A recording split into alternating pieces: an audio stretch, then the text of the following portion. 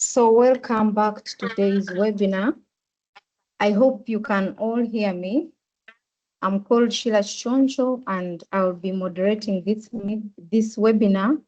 Our webinar today is strengthening the reporting of technical annexes on REDD+ under the Enhanced Transparency Framework. And I would like to take you through today's agenda so that we can know what we are going to achieve. So we have the main objective for this webinar is to strengthen the capacity of Anglophone Africa network in achieving reporting on technical annexes on REDD+ under the enhanced transparency. And the specific objectives is one is to understand the REDD+ framework and its linkages to enhanced transparency framework of the Paris Agreement, to unpack provisions for reporting on REDD+ through the biannual transparency report, to gather perspectives on implementing REDD+, the development of REDD+ activities, and how to access result-based payments. And we shall also be getting more information to understand how financing options for REDD+ result-based payments can help countries to identify pathways to scale up the result-based actions. So with that, we have a very short agenda, if you can call it. I'll be taking you through moderation of the webinar, but we shall hear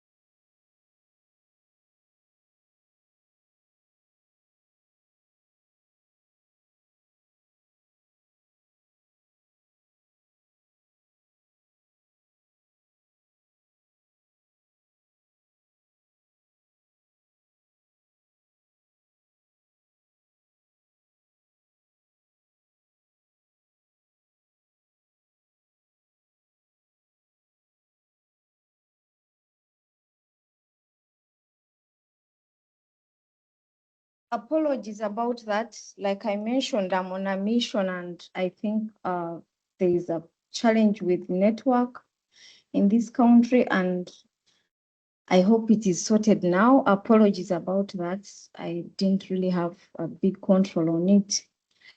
So I was taking you through the agenda. I hope you can hear me now.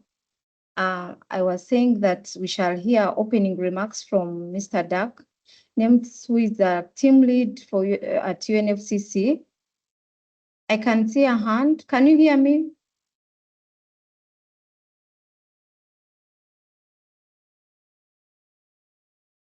Okay, good. Thank you. So we all shall also be hearing opening remarks from Mark Dumas from the REDD focal point at GCF. And then I will run a quiz to just prepare us and build the momentum on the subject matter. And then we shall have a photo, and then we shall have a presentation on REDD Plus reporting under the ETF by Keiichi, the program officer under AFOLU unit of the UNFCCC. And then we shall have a discussion or a deliberation from everyone who has a question, and then we shall go ahead to listen from Mark under the presentation on introduction to GCF's REDD Plus result-based payments modalities. And then we shall have a REDD Plus survey, question and answers. We would want to really hear from you about your perspective and where the country is. And then we shall also listen from countries that have been able to participate in REDD through sharing of experiences on their REDD journey. And the next steps, we shall hear from Mr. Bob Kazungu, the REDD Plus national focal point from Uganda. And then we shall also hear from Kinley Dem, the Chief Forest Officer from Bhutan. And then we shall have the final discussion and a closing feedback evaluation webinar. And that will be our program. So our short agenda, I hope it will be very interactive, and we shall be waiting to hear from you. So now I would like to invite Mr. Dak, the team leader of the UNFCCC for AFOLU unit, to take on the floor. Thank you. Thank you very much, Sheila, and it's a pleasure to be here and provide some opening remarks on what the ETF is and what it's doing and why we are doing all of this and how this connects with the REDD Plus world.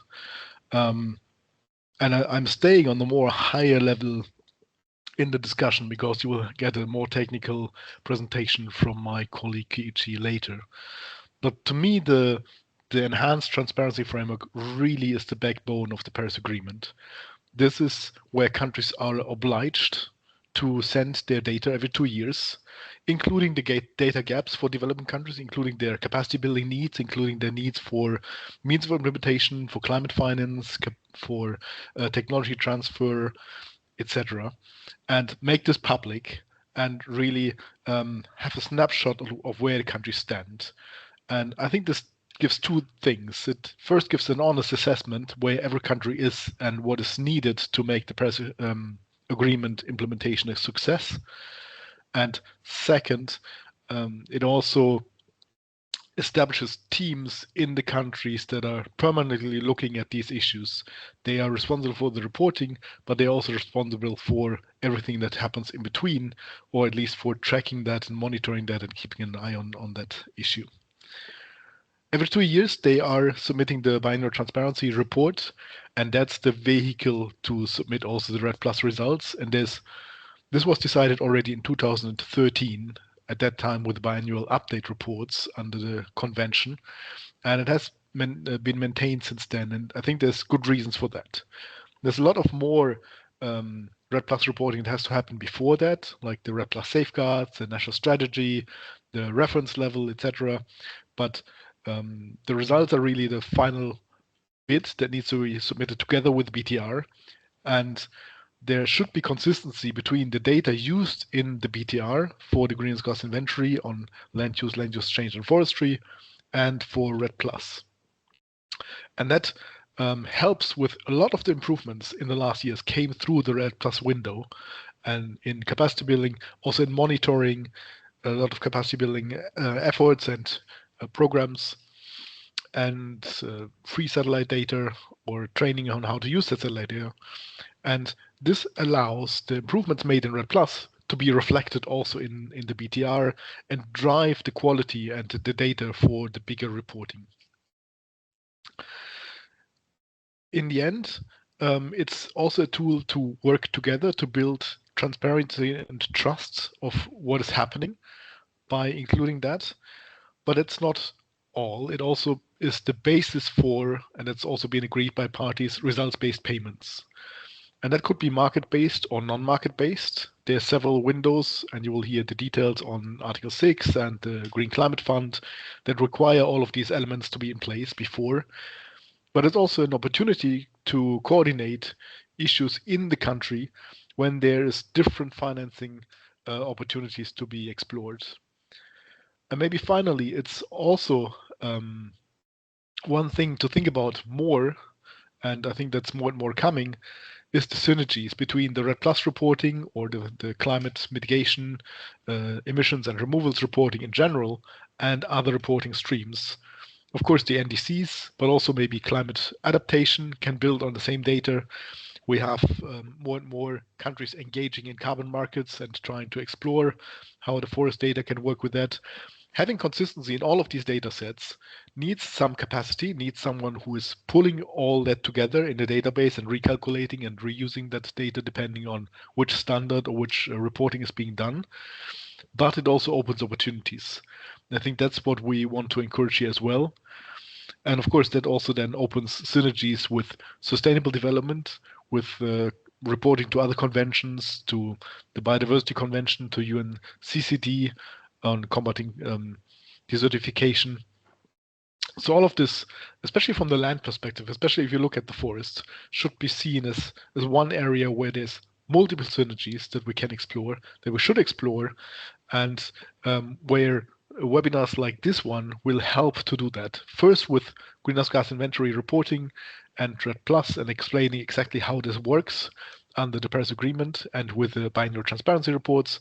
But then later on, I hope we can build on this to make this a bigger part of the solution. Thank you very much, and back to you, Sheila. Yeah, thank you so much for the energizing and good remarks that are really encouraging countries. So I would like now to hand over to Mark from the GCF to take on the floor. Thank you. Thank you. Thank you. Sorry. Excuse me. Thank you very much, Sheila, and good morning, good afternoon, dear colleagues. It's a great pleasure to be with you all today, and to have this opportunity to discuss the ETF and how we can really strongly work together in the REDD+ sector. I will also stay on the high level notes now, as in the presentation. I'll go into more details on how we in DCF work on resource-based payments. But continuing from what Dirk just mentioned, only to add from my side really that this is a historical moment. This is a great opportunity for resource-based payments really going forward. As for us in DCF, having more countries access REDD+ resource-based payments is a key goal. We had Uganda access our pilot program RBPs last year at the last board in October last year, and really much encourage countries, of course, in the region to work very closely with us and partners on making use of this window and making better access to RBPs. And here is where really the ETF comes into play. We are anchored in the UNFCCC architecture for access to our windows, and in particular for REDD+ resource-based payments. Under our new policy, which I'll present shortly, the ETF will play a vital role in of course having access to that key data, having that presented to the Secretariat, to UNFCCC, but also building long-term impacts in the C, like the overall NDC implementation and the use of the proceeds that we invest in as part of the payments, how they can be continuously leading to more and more impact going forward. So again, thank you very much for organizing this. This is a great opportunity to meet all of you and to better work together going forward. Thank you so much, and back to you, Sheila. Yeah, thank you so much for the energizing remarks. At least countries and now know that they can rely on you to support.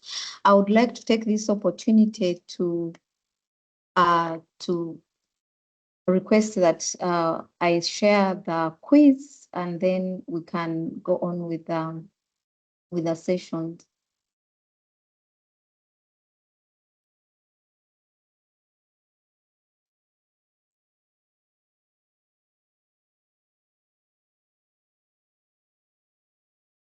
So you will let me know when you can see my quiz. And then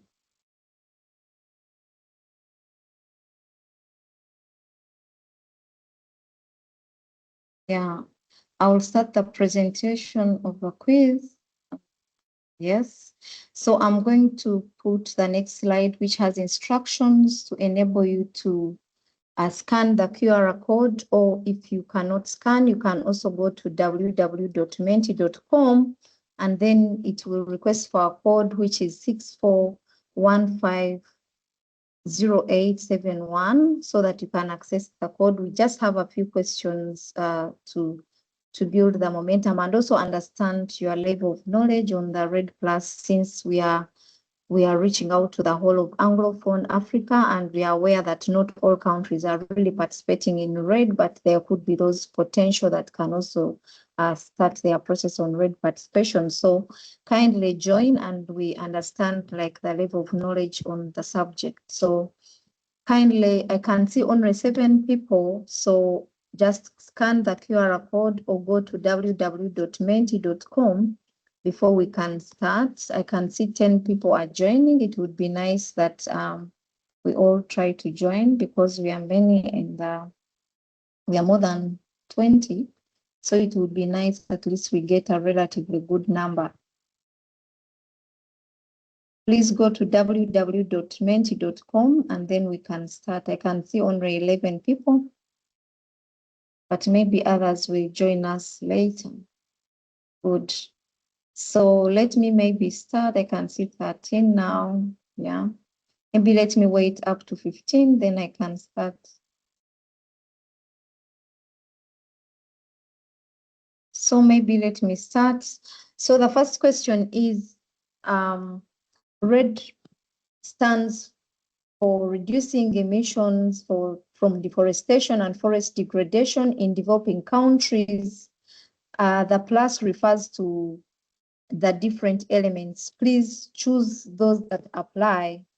So we have 1, sustainable management of forests, conservation and enhancement of forest carbon stocks, climate conservation through creating awareness, climate change adaptation activities. According to you, what do you think the REDD+ refers to? I can see we have 6 respondents. Let's wait to see if all of us are able to respond and see the right answer. So I can see that most of us are thinking, yes, it's the plus, it refers to sustainable management of forests, conservation and enhancement of forest carbon stocks. Yeah, we have 4 people remaining to answer. Let's wait and see. Yeah. 3 remaining, 2 remaining.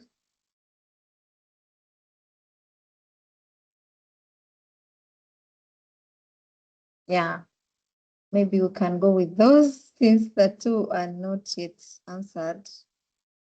Yeah, I can see all of you have got it wrong. Sorry, have got it right, because this is the answer. The plus refers to sustainable management of forests and also conservation and enhancement of forest carbon stocks. So it's good that all of us are on the same page. That is very beautiful. And then our next question is, what are the 5 REDD+ activities or design elements? Choose all that apply. So you can choose more than 4, because you can choose 5, those that apply. We have 6 options, so choose all that apply. We have a national REDD strategy or action plan, assessment of forest reference emission and forest reference level, a national forest monitoring system, a system for providing information on how safeguards are being addressed and respected. And then the results-based actions should also be fully measured. So you need to choose 5 options because there are 5 activities or design elements that form REDD, and then we shall see those that really apply. Yes, you have 5 options to choose. Yeah, but we have 6. Take note that we have 6. So if you choose a wrong one, it will also show us, and I can see most of us are confirming that these The assessment is very important. National forest monitoring is also part of the activities. Can see a national REDD strategy and action plan. I can see, yeah, we are just remaining with like 2-3 people to get to see the correct answers. So, yeah, so I can see that most of you are already aware about the 5 activities that compose the design of REDD elements, which are national REDD strategy or action plan, assessment of forest reference emission level or forest reference level, a national forest monitoring system, a system for providing information on how safeguards are being addressed, and also result-based actions. So the REDD platforms and national result-based actions are not really part of the activity. So I hope we have all got that now. So the third question is, REDD Plus implementation is an iterative learning by doing approach organized in 3 phases. What are these 3 phases? So you should choose one that is the most right. We have readiness implementation and result-based action payments. We have readiness resource mobilization and result-based action payments. And then we have concept development and implementation and result-based payments. So you need to choose one among the 3 options that you think are the different phases of REDD, because there are 3. Yeah. So I can see someone has, yes, I can see 7 people have already responded.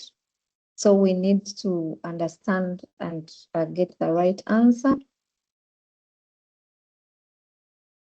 Yes, we have 10 out of 15.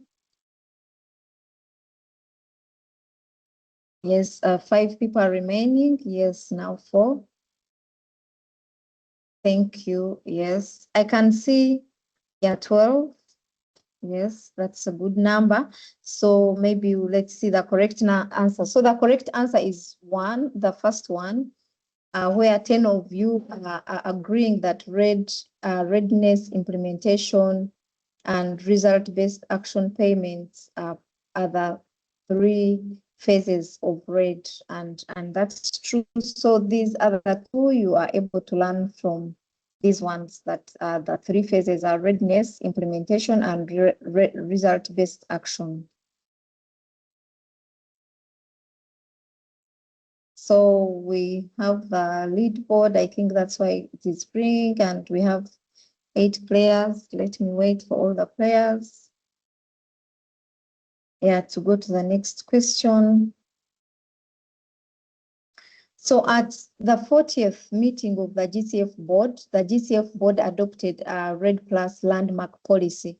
What is that landmark policy for REDD process? So we have 3 options and you have to choose one. One is REDD Plus implementation by parties, integrating REDD Plus result-based payment into GCF funding, regular project activity cycle, and the last one is REDD reporting, which was this landmark policy that was adopted at the 40th meeting.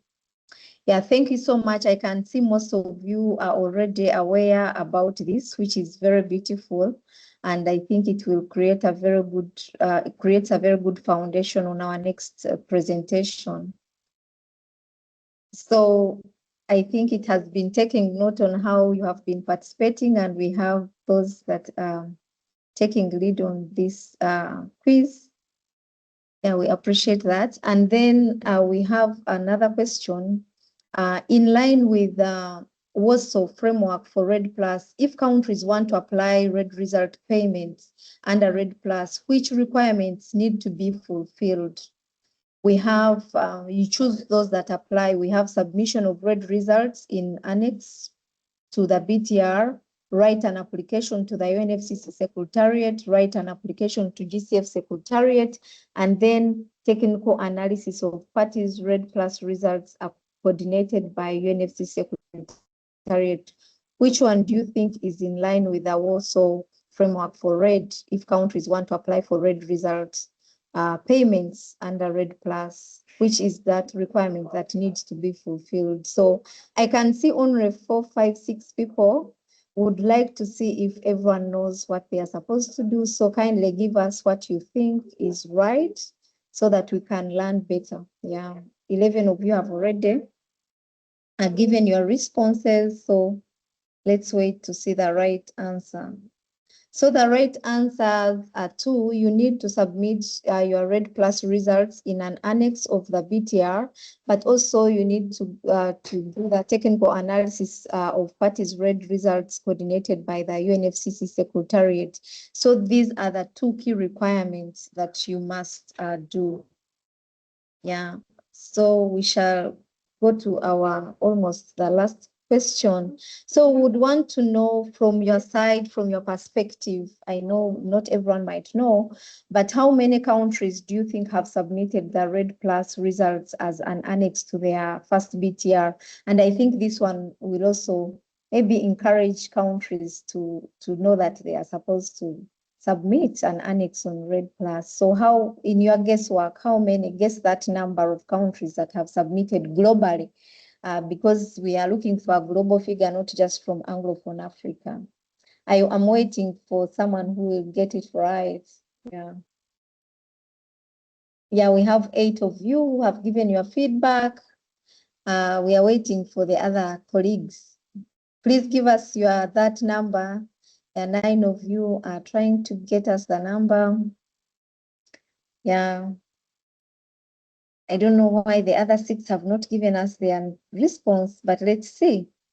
So only 7 countries have submitted their REDD Plus annexes globally, not just for Anglophone. And among those 7, we don't have any African countries. So that's why we are coming up with such webinars to encourage you to join the 7. So we are remaining with just a few questions. So let me go to the next question. Yeah, which article of the Paris Agreement refers to REDD Plus? Maybe this is even the last question. If you know the article, maybe you read more about it and then you will see how your country can join the REDD Plus. Yeah, 9 of you have answered. Let's see. Which article of the Paris Agreement refers to REDD? Let's see the correct answer. Yes, it is Article 5.2. Yeah, so thank you so much for joining this quiz. I hope it was elaborating, and for those of you who were able to win, Athman, congratulations. Yeah, we are not able to know who exactly you are. Maybe we shall get to know you after. So I would like now to invite you to switch on your camera so that we can take a photo before we can go to the next session. Kindly switch on your camera so that you can take a photo.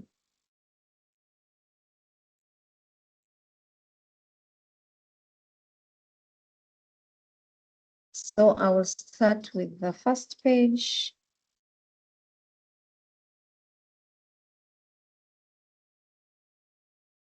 I'm done with the page 1.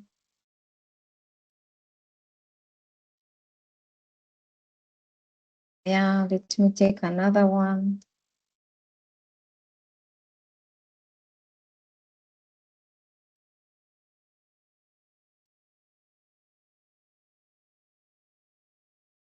Yeah, I can take the last one. Give me your best smiles, then I can take the last one.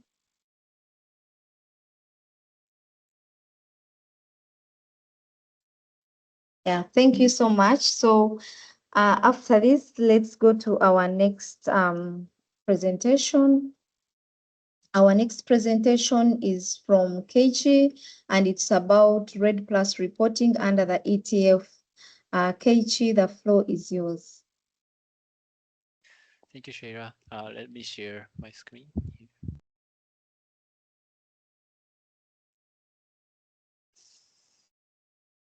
Yeah. Good morning and good afternoon, everyone. My name is Keiichi Igarashi from the UNFCCC Secretariat, working in the AFOLU unit, same team with Dirk. Today, I would like to walk you through REDD+ reporting under the Enhanced Transparency Framework, ETF. In particular, I will focus not only on the concept, but also on what this means in practice for your work, especially in the context of preparing and submitting reports. And during my presentation, I will first briefly introduce what REDD+ is, then explain how REDD+ results are reported and analyzed under the ETF, and finally share the snapshot of the progress so far. So let me start with a very basic but important question. What is REDD+? From the result of the REDD+ QA we did before, I understand most of you are already familiar with that, but I believe it's good to begin with that. The version framework for REDD+ was established in 2013 to support developing countries in taking climate action in the forest sector. But more than that, REDD+ is about making forest-related mitigation actions measurable and visible. In other words, it allows countries not only to take action, but also to demonstrate the impact of that action in a transparent and credible way. It defines 5 types of activities: reducing emissions from deforestation, reducing emissions from forest degradation, conservation of forest carbon stocks, sustainable management of forest, and enhancement of forest carbon stocks. These activities together cover the full spectrum of forest-related mitigation actions. I would like to also emphasize one key point here. REDD+ is not just about implementing activities. It is about demonstrating results, that is reducing emissions and/or enhancing removals in the forest sector against the reference level. And once those results are demonstrated, countries may access result-based payment. So now, REDD+ is not isolated. It is firmly anchored in the Paris Agreement, which enshrines the version framework for REDD+ at treaty level. Article 5.2 of the agreement encourages parties to implement and support REDD+. And importantly, the first global stocktake in 2023 sends a very strong signal. Paragraph 33 highlights the importance of halting and reversing deforestation by 2030, and its paragraph 34 also emphasizes the need for increased support and investment, including through result-based payment.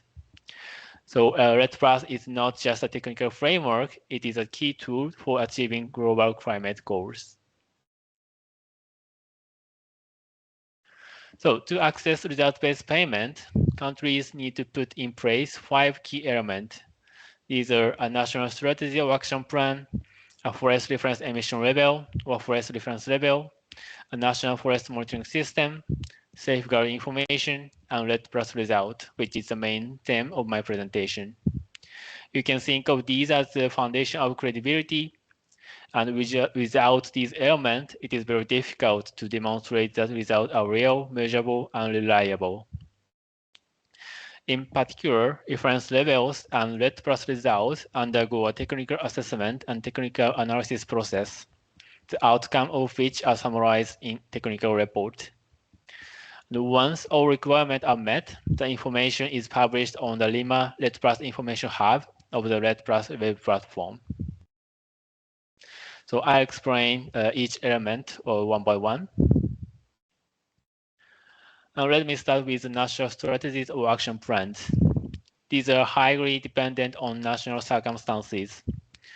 During the development and implementation of national strategies or action plans, developing countries should address in particular the drivers of deforestation and forest degradation, land tenure issues, forest governance issues, gender considerations, and the REDD+ safeguards, including the full and effective participation of relevant stakeholders, such as indigenous peoples and local communities. At the same time, the importance and necessity of adequate and predictable financial and technological support for developing the national strategy or action plan is recognized in the relevant COP decision.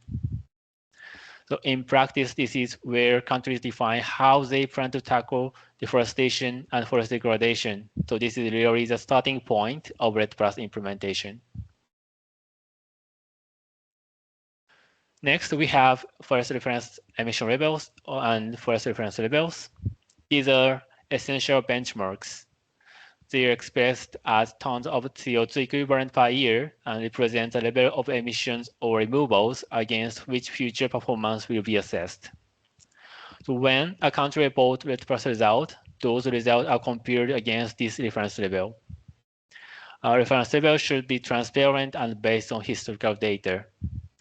At the same time, they should be flexible enough to reflect national circumstances and capabilities while ensuring environmental integrity and avoiding perverse incentives. Developing country parties implementing REDD+ may use a stepwise approach to construct their reference levels, so they may start with a sub-national level and move on to the national level thereafter. This allows them to progressively improve over time by incorporating better data, improve methodologies, and where appropriate, additional carbon pools. So reference levels are updated periodically, taking into account new knowledge, emerging trends, and any changes in scope or methodologies. And more broadly, the information included in the submission should be transparent, complete, consistent, and accurate, and align with the guidance agreed by the COP. And finally, it should be guided by the most recent IPCC guidance and guidelines as adopted or encouraged by the COP. So each submission of a proposed reference level in the context of result-based payment is subject to the technical assessment. This assessment is carried out by an assessment team composed of 2 RUCF experts in accordance with the procedures and timelines established by the COP. The process takes place once a year and is coordinated by the Secretariat. And during the assessment, experts examine several key aspects.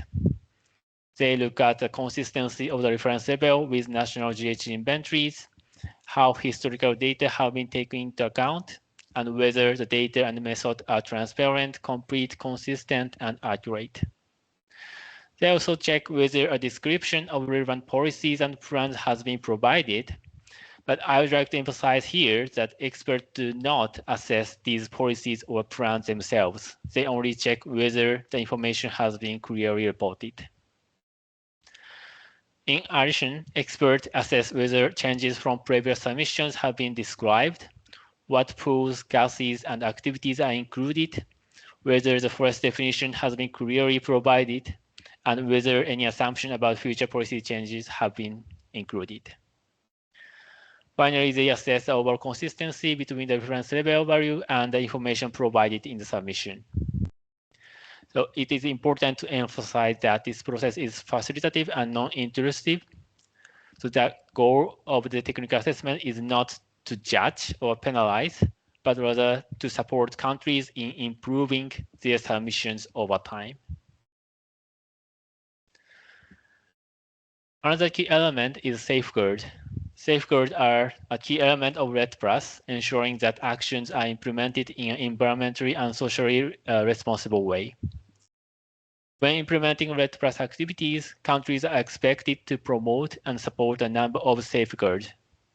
These include, for example, ensuring that actions are consistent with national forest programs and relevant international agreements, and that national forest governance structures are transparent and effective while respecting national legislation. Safeguards also emphasize the importance of respecting the knowledge and right of indigenous people and local communities, as well as ensuring their full and effective participation in REDD+ activities. Another important aspect is that REDD+ actions should be consistent with the conservation of natural forests and biodiversity. This means, for example, that REDD+ should not be used to convert natural forests, but rather to incentivize their protection and the enhancement of ecosystem services. In addition, countries are expected to address the risk of reversal and to minimize the displacement of emissions. To support all of this, countries are required to develop safeguard information systems. These systems should provide transparent and consistent information, be accessible to all relevant stakeholders, and be updated on a regular basis. They should also be built on existing systems, be implemented at the national level, and remain flexible to allow for continuous improvement over time. So REDD Plus is not only about carbon, it also ensures broader sustainability. Then we have the National Forest Monitoring System, NFMS. The key to any effective measurement and reporting of forest carbon is reliable data, especially on forest area and changes in forest area over time. Depending on national circumstances, NFMS may be developed at the national level or by integrating sub-national systems into a national framework. As an interim step, countries may also start with sub-national monitoring and reporting following a stepwise approach. In terms of design, a national forest monitoring system should be flexible and allow for continuous improvement while building on existing systems where possible. They should also reflect a phased approach to REDD Plus implementation and be able to assess different types of forest according to national definitions, including natural forest. In addition, National Forest Monitoring System can also provide useful information for safeguard reporting, which highlight the importance of ensuring consistency across different REDD Plus elements. More importantly, the data and information generated by National Forest Monitoring System should be transparent, consistent over time, and suitable for measuring, reporting, and verifying forest-related emissions and removals.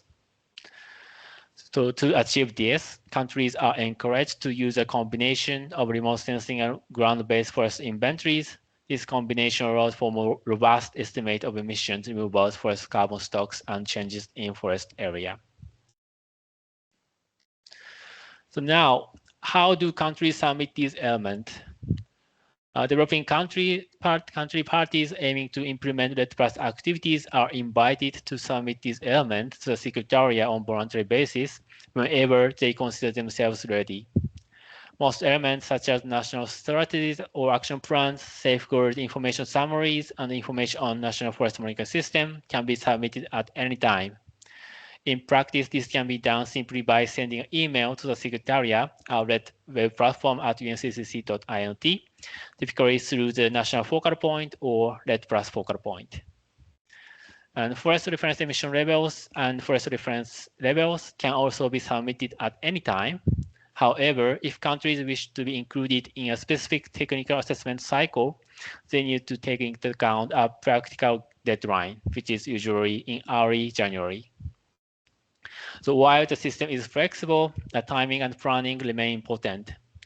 Further details, including the submission procedure and timelines, are available on the REDD Plus web platform. So I have introduced the key building blocks for REDD Plus. So now let me move on to the next step, which is how REDD Plus results are reported and analyzed under the ETF.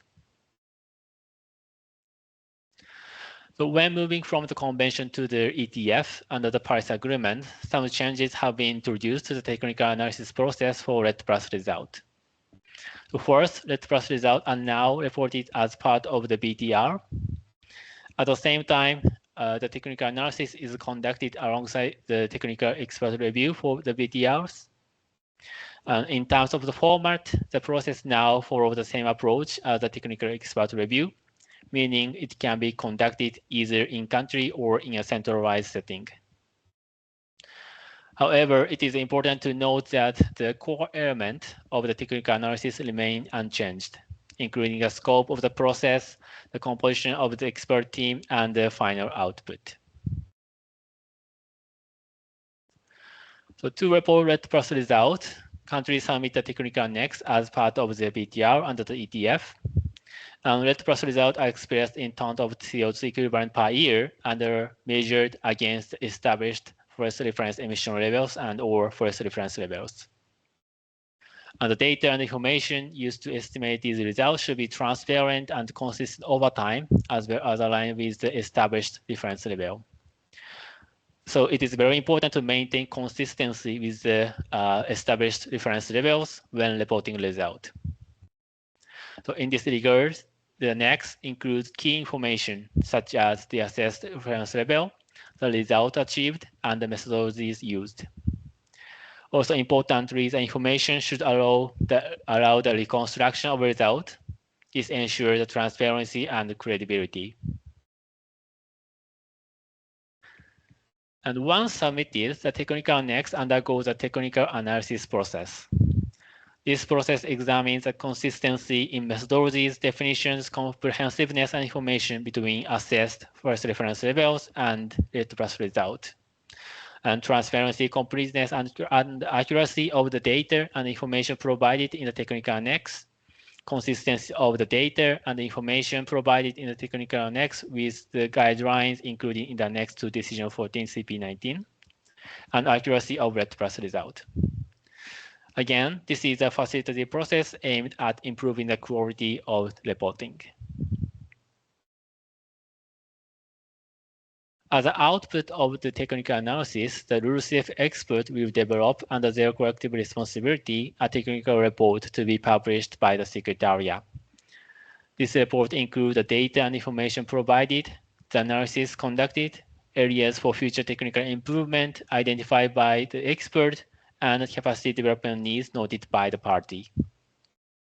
So this report also reflects any comments from the party, so it serves as both a review and a learning tool. The technical analysis process follows a structured timeline. Before the technical analysis week, the experts prepare preliminary questions and the party is invited to provide responses before the TA week. Then the technical analysis week takes place, typically over the course of 1 week.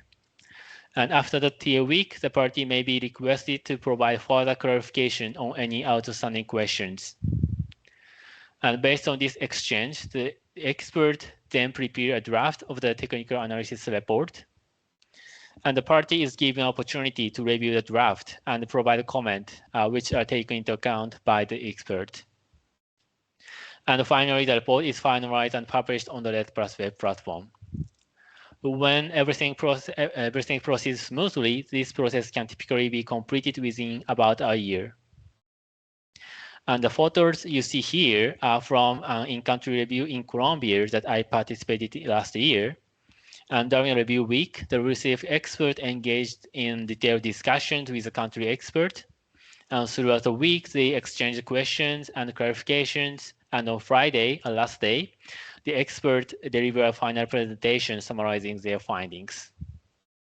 And this process provides a very valuable opportunity for both the elusive expert and the party to develop a shared understanding of the reported REDD+ result through in-depth technical discussions. This is a brief introduction of the REDD+ web platform, and all submitted information is published on the platform. You will notice a 4-leaf icon in the left side. This indicates the status of each country in terms of how far it has progressed in meeting the REDD+ requirement. And once all requirements are met, the information is then included in the Lima REDD+ information hub on the right side. This is important because it signals that the country is eligible for result-based payment. And I also encourage you to explore the REDD+ web platform after this webinar. Simply search for it online and take a look at the information available there. Then let me briefly give you an overview of the progress made under REDD+ so far. Over the past years, we have seen steady progress across all key elements from national strategies and reference level to safeguard and result reporting. This reflects the growing engagement of developing countries in implementing REDD+ and also the increasing maturity of the framework itself. In the next slide, I will show you the snapshot of where we stand today. Let me briefly highlight global progress. 35 have submitted national REDD+ strategies, 67 parties have submitted reference levels, 33 have submitted safeguard information summaries, and 24 have reported REDD+ result. Of these, 21 are eligible for result-based finance, representing a total reduction of about 12 gigatons CO2 equivalent. This shows that REDD+ is already delivering a tangible impact. In Anglophone Africa, we see encouraging progress, particularly in the submission of forest reference emission labels and forest reference labels, with 11 countries, or about 50%, having already submitted them. National strategies or action plans have been submitted by 4 countries and safeguard information summaries by 5 countries. However, fewer countries have progressed to reporting REDD+ result. So far, only 1 country, Uganda, has submitted result. Uganda has also fulfilled all the requirement and has been included in the Lima REDD+ information hub. So the next step for most of the Anglophone Africa countries is clearly to move from readiness to result. This slide presents a simple decision tree to guide your next steps. If you already have an assessed forest reference level or forest reference level, you can move forward with preparing and submitting your technical annex as part of your next PTR, which is due by the end of this year. If you do not yet have an assessed forest reference level, then submitting one should be a priority. If you are able to submit your forest reference emission level or forest reference level by early January next year, it can undergo technical assessment in March 2027. And following that, you should have the opportunity to report REDD+ result as part of your BUTR 3, which is due by the end of 2028. And just as a reminder, national strategies and safeguard information summaries can be submitted at any time. So before concluding my presentation, let me briefly introduce some of our recent activities. What we have been observing is a growing need for further capacity building on REDD+. This includes, in particular, support on how to access and combine different sources of finance, not only result-based payment, but also other sources, including non-climate finance, since no single source is sufficient on its own. In response to this need, the UNFCCC Secretariat launched the REDD+ Community of Practice last year. The idea is to create a space for South-South exchange among REDD+ countries, while also identifying common challenges and open questions and connecting them to the appropriate platforms where they can be addressed. The backbone of this initiative is virtual. It is built on the REDD+ web platform and includes a discussion forum and webinars such as this one. And at the same time, we are also organizing in-person engagement. For example, the first regional meeting for Latin America and the Caribbean was held in Brazil last year. And looking ahead, we will have a global meeting next month. And we are also planning a second regional meeting in another region later this year, along with new knowledge products that respond directly to the needs identified by the countries. And if you would like to learn more about this REDD+ Community of Practice, I encourage you to visit the REDD+ web platform. And also, you can register the platform using a QR code shown here. And to complete the registration, you will need to enter a one-time password, forum-UNFCCC. And once registered, you will receive our newsletter 2 to 3 times per year, as well as access to the discussion forum, which serve as a platform for exchanging knowledge and experiences on REDD+. And thank you very much for your attention, and I will be happy to take any questions. And over to you, Shelia. Yes, thank you so much, Kishi. And like you mentioned, this is a question-answer session. So if you have any questions that you have about the presentation, about the REDD+ processes, this is the time that you can ask those questions. But also, if you are still taking in the information, you could also type your question in the chat, but there is an opportunity that you can unmute yourself and give us your question. Any question?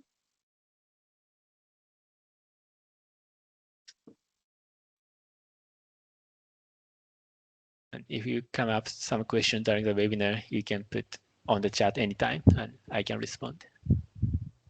Yes, I can see some question in the chat from David. He's asking that thank you for the presentation. When will the result-based payment When will the result-based payment be considered after the technical review of the BTR? That is one question from David. Yes, thank you for your question. Yes.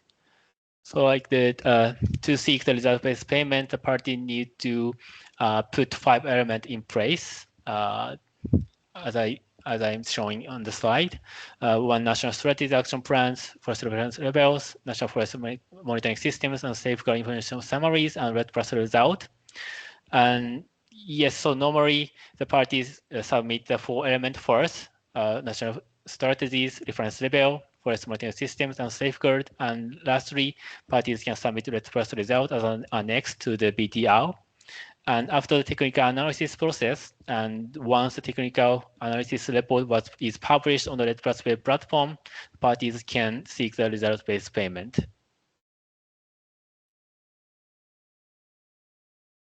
Okay, so I hope your question has been answered. Any other question? You are free to unmute, but in case you have another question, you can put it in your chat. At this moment, I'll give GCF the floor, and they will be delivering a presentation on introduction to GCF's REDD+ result-based payment funding modality. And the floor is yours, Mark.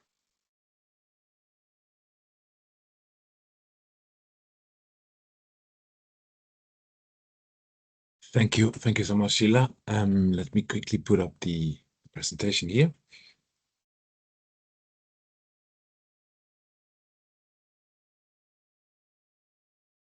I hope you can all see this in full screen. Is it all visible on your side? Yes, perfect. Okay, thank you so much.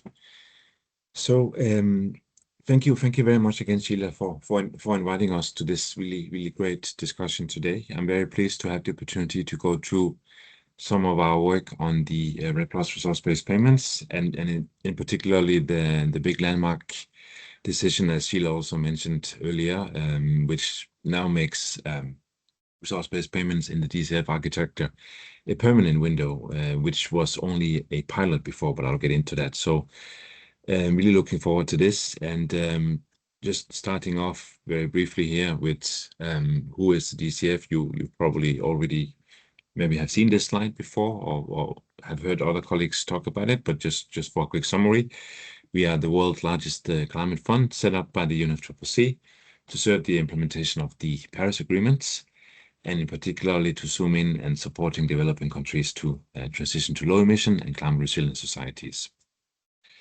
How we work, very briefly, we are a country-driven fund. So in each country we operate, we have a country focal point, an NDA, often in the Ministry of Environment, Ministry of Climate, or Ministry of Finance, who will work with us and a number of partners, what we call accredited entities, to design projects that are top priority of the countries. This then also unlocks different types of instruments, from grants, loans, equity guarantee, and REDD+ resource-based payments that can then be used through the accredited entities to deliver these projects on the ground. And now straight to REDD+. So we support REDD+ across all the 3 phases. We have different types of support available to support phase 1, for example. We have, not to be confused, but we have a similar program called the Readiness Program, which is available to each country. It's $4 million per GCF cycle to each country that can then use that for capacity building, strategies, etc., or concept note formulation, but it can also be used for REDD+ readiness preparation in any case, like, for example, to build a REDD+ strategy or any other needs from the Warsaw Framework. Then on phase 2, we have, of course, still the ongoing readiness, or what we also have is the project preparation facility. They are additional set-aside funds that countries and accredited entities can apply for to go from a project idea, concept note, to a full funding proposal. So to help design the full package, if that's the need, for example, for a specific study, feasibility study, or anything like that, that can be done. And this is where currently we have most of our projects operating on the phase 2. And of course, we have our regular windows, our regular forest and land use and agriculture projects often fall into this phase here. And finally, phase 3, resource-based finance. We have now from the recent policy B40, we have a permanent window for REDD+ RPPs. But before that, since 2017, we had a pilot program, which is really what the new policy is building on. So just in summary, we operate across all 3 phases and can support you across all these phases in whichever need you may have to move towards phase 3.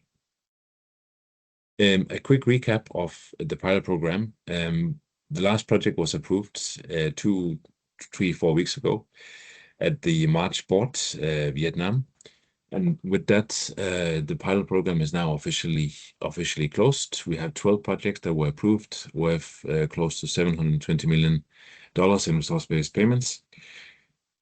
We are working on exploring a little bit what we learned from that pilot program, all the great experiences, challenges, but also lessons learned and best practices. So we are working on this, and we'll come forward soon with some material to share with you, of course, as well. But there's a lot of very good reading here and a lot of good inspiration if you'd like to dig into some of these countries, some of these proposals, to have a closer look at the structure.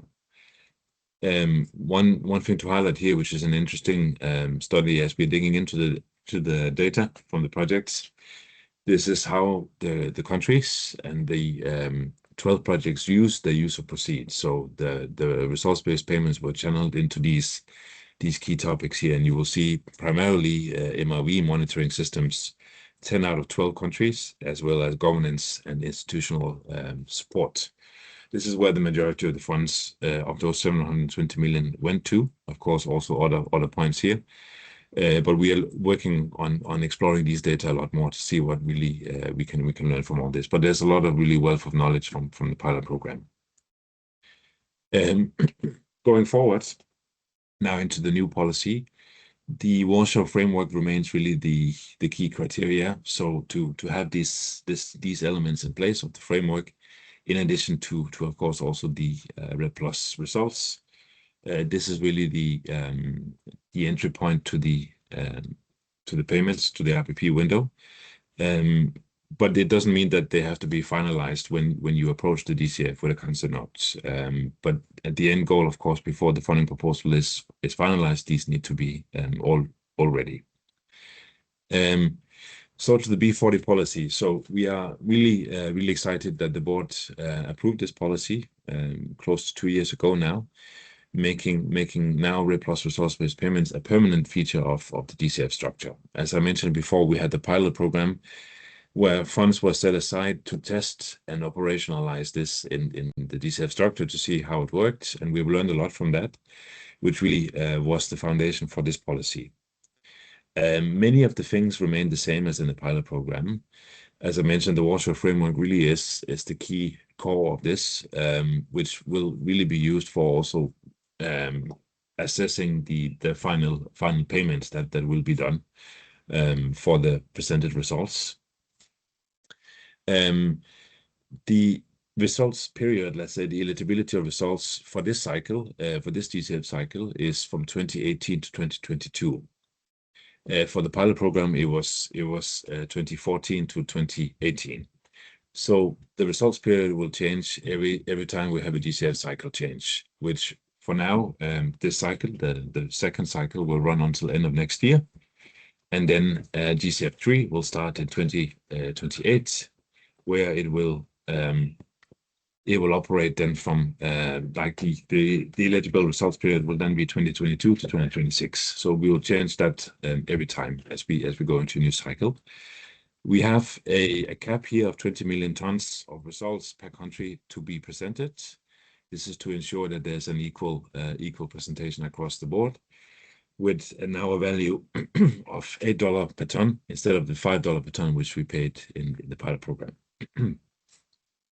Now, the interesting thing here as well is that the use of proceeds, as I just mentioned on the other slide, is very, very flexible in terms of how the country wishes to use this, as long as it's in line with the REDD+ strategy and the NDC priorities. So there's a lot of different opportunities to really challenge it into very exciting ideas that will generate long-term benefits and impacts, of course. We have all material available on our website here for REDD+, starting with the concept notes, template, and funding proposal templates. And as I mentioned, it's not a requirement in the concept note to have the entire Warsaw framework ready and have all the REDD+ results presented and validated. There's a checklist, as you will see on the concept note, where it's a status overview of where things are, and then of course once we move forward to the funding proposal, then the intention is to have all that finalized, but it's not a requirement to have it finalized at the concept note stage. So we very much encourage you to take a closer look at the material we have here, and also for now, as I mentioned, we are still working on some updates in our online submission system. And very soon it will be possible to submit REDD+ concept notes or funding proposals directly online. For now, it's through email, as we are updating our IT systems. But you can of course always reach out to me for any further questions. Just a few more slides before I'll end this presentation. So what we really use in terms of assessing the results-based payments. This is very similar to the pilot program.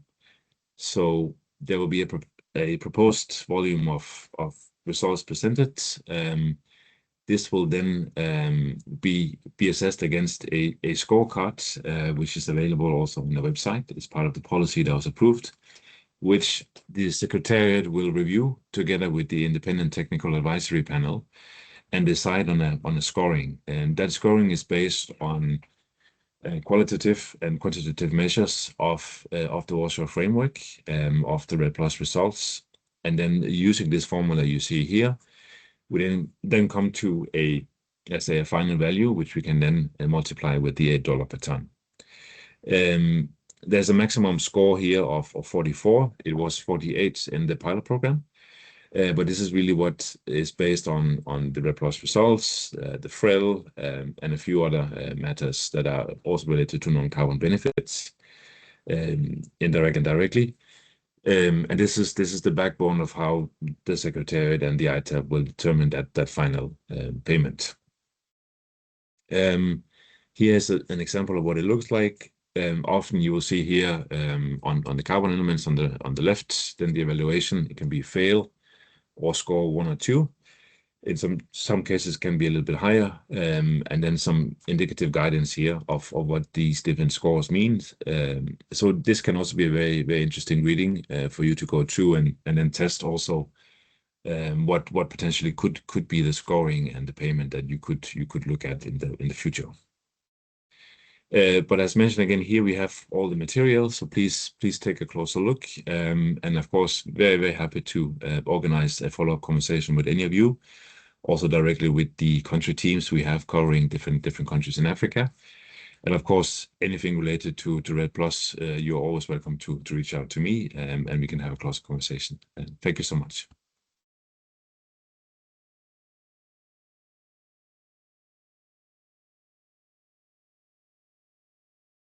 Okay, thank you so much for that great presentation. And I would like to open the floor for any questions, any that you may have from this presentation. But there's a lot to learn, especially on the process, but also on the how the countries can be eligible. So I would like to open the floor for countries to ask any questions. Thank you. Any questions?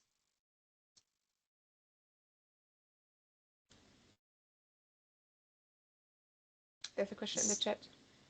Okay, there's a question in the chat, right? So if a country fails the scorecard with their submitted technical annex, for example, having reference period of 15 years, are they allowed to recalculate the emission reductions to apply to the GCF or the result-based payments? That is a question in the chat from Sandka. Thank you very much, Sheila, and thank you very much, Marieke, for this question. Excellent point. And short answer is yes, countries are allowed to recalculate. So the main principle here is that the recalculation should be done with data that has been presented to the UNFCCC, so not new data, but already presented and assessed data. And then that can be used for the recalculation. It can be presented, let's say, either directly in the funding proposal, or it can be presented in a separate annex. There's quite free range of how best to present this. We have a few cases of where this is happening, and likely we'll have more cases. So this is a built-in mechanism to allow countries to go that route if that is necessary. But yes, thank you for raising this, and happy to have a closer discussion. I think we had briefly been in touch on this. I think lastly, Marieke, and probably a good time to discuss this again. Thank you for raising this. Can I ask a minor clarification, Mark? What is that only for countries that submitted before the scorecard, the last scorecard was published, or even countries that submitted a technical annex after the scorecard publication? Or, well, I suppose they could have a reference level already submitted before the scorecard. But if they submit a reference level and a technical annex after the scorecard calculation, maybe that's a limit for you, or you would allow any recalculation. Thank you very much. Excellent follow-up, Marieke. Again, yes, short answer, yes, we would allow a lot of flexibility there. Of course, case by case, we would have to look at it, but in principle, yes, that is a possibility indeed. So I think it was set up at the time when this was negotiated, knowing that there would be many cases likely coming up. So of course, an opportunity to have that level of flexibility, which is always needed. So yeah, thank you for raising that, and happy to have that follow up. So, Marieke, thank you. Yeah, thank you so much, Marieke. I think it is helping each one of us to learn more about some of the complexities and how they can be resolved. So if there are any other questions, of course, kindly keep the chat active by putting the questions there, but you still have some time to raise your hand. I can see Kole, kindly unmute yourself and speak. Good morning or good afternoon, good evening from every participant in this platform today. I am Mudu Kole from the Gambia. I'm the national focal point for REDD. The question I have from that is, can a country submit true requirement from the component of the REDD for to move to the implementation stage?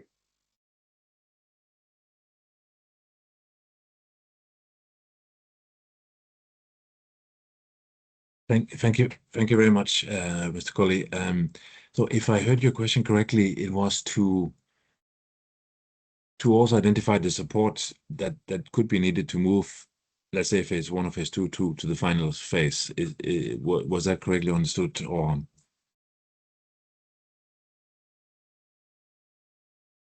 The question I was asking is, the component requirement for REDD movement in terms of phase-wise. I think you are saying they have to submit the 5 or 4 requirements. So I was asking if the country cannot do with all the 4 or 5 requirements, like they have developed their resource protocol, maybe the safeguard information system and the forest reference level, they will be qualified to move to the implementation stage.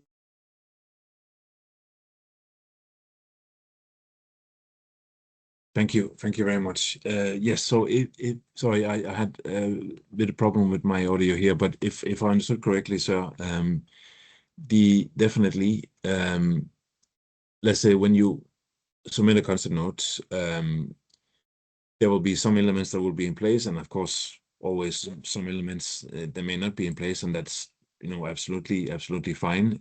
We do encourage countries to submit the concept note, even though they do not have the framework in place 100%, but then can use this as a checklist to also update and then present where things are against the safeguard information system, for example, or any of the other elements.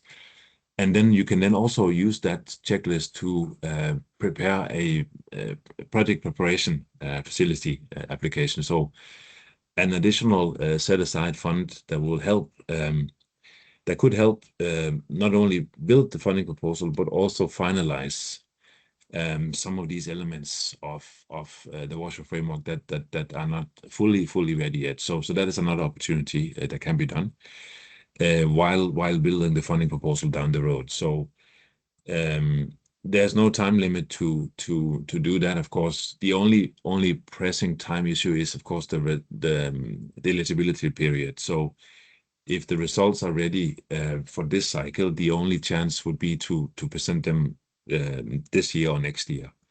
Otherwise, then prepare for the future cycle where the time period would be slightly different. But happy to have a follow-up discussion on this if you like. I think I forgot to put my email on the last slide, but I will also share this with Sheila, so you all have access to that, and of course put it in the chat as well.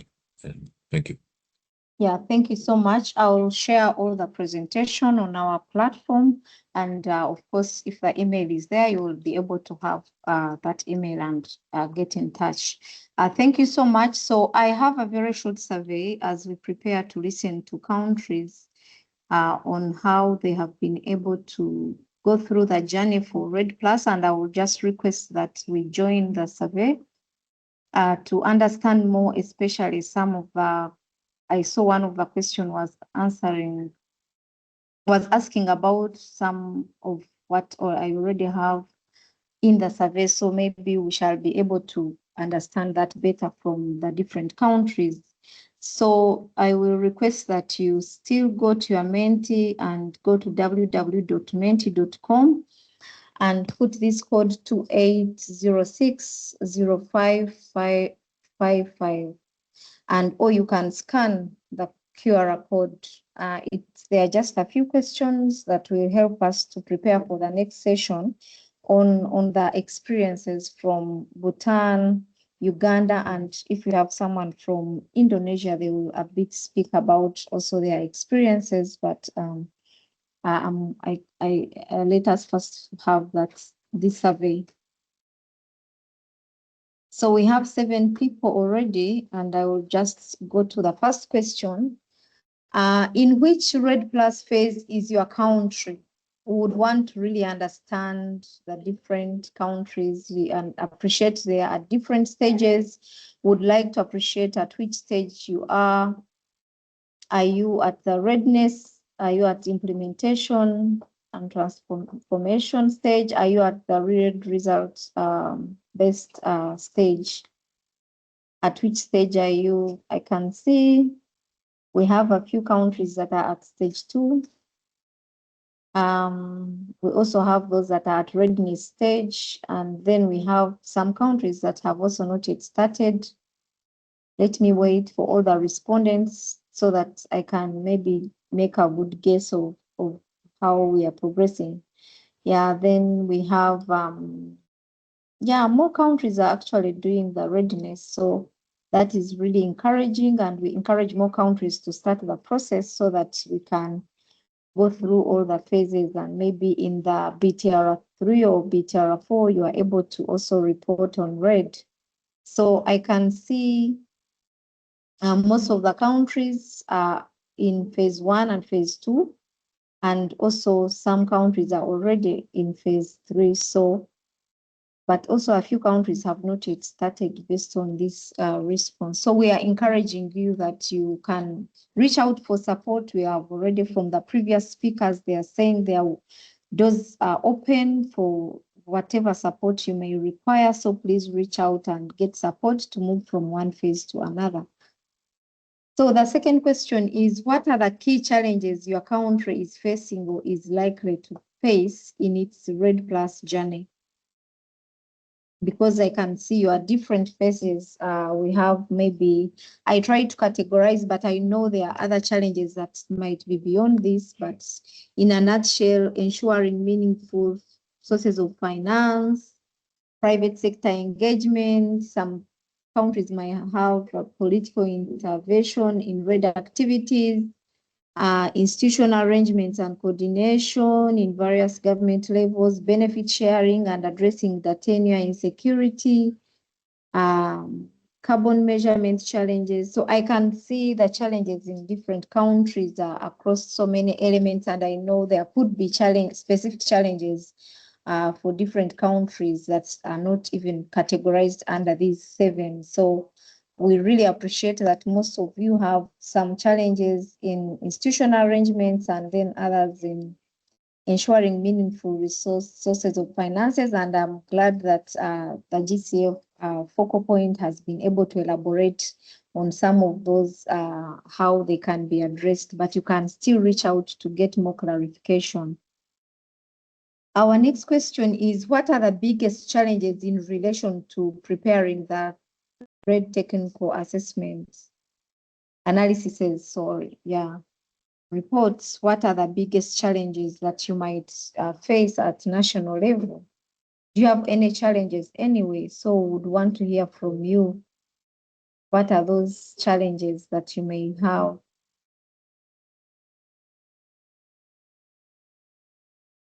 I know you are typing something. It would be nice to know, and then to know where to seek some technical support. I can see most of you are saying capacity building.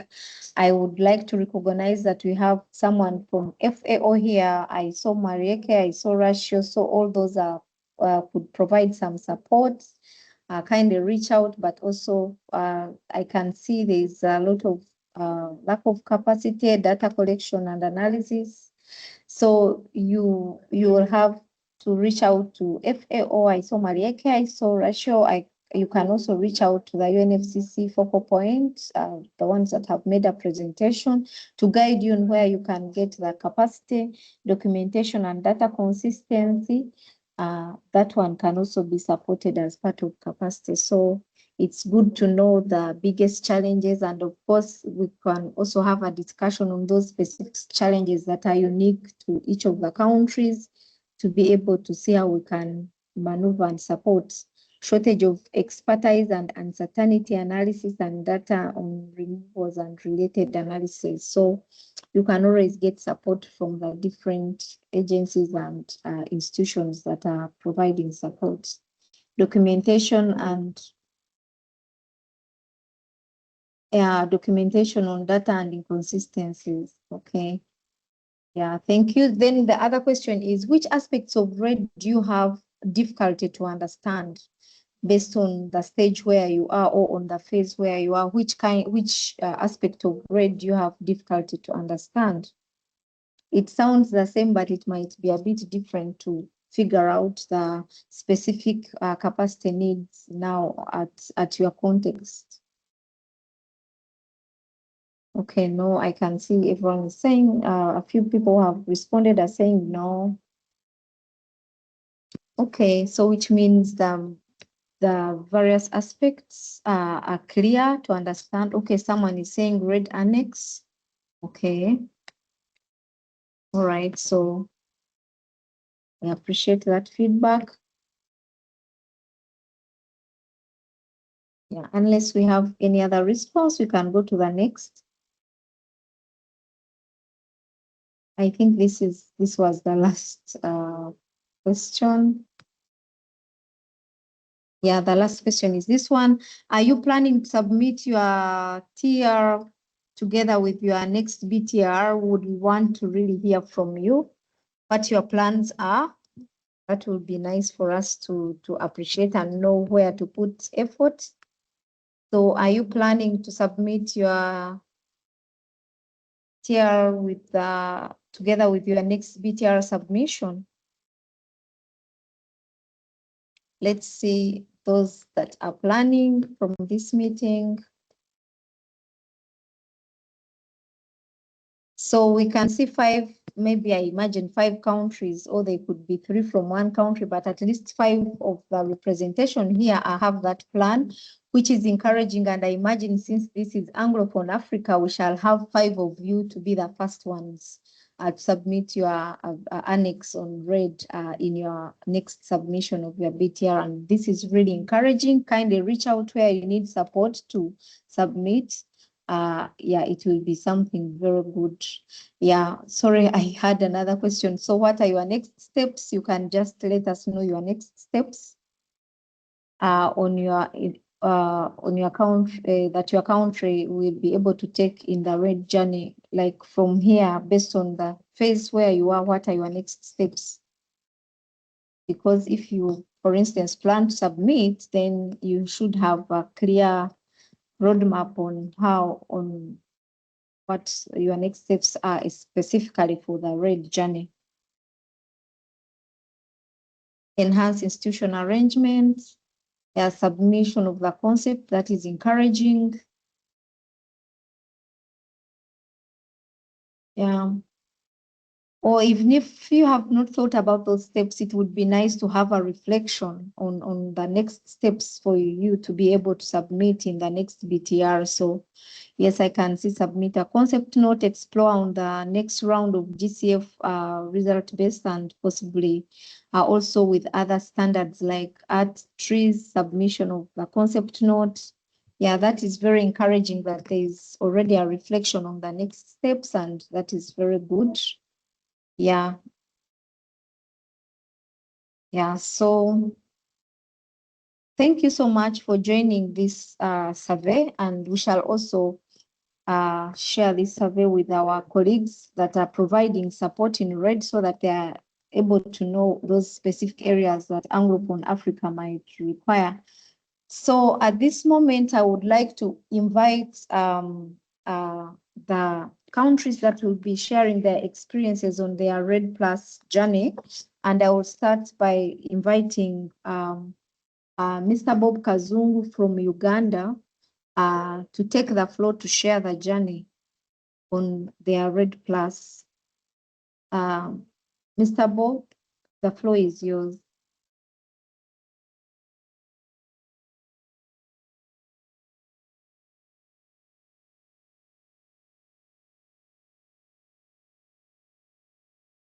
Yes, I'm trying to share the slides just quickly. Usually it gives me a challenge, but it's open, you can share. Okay.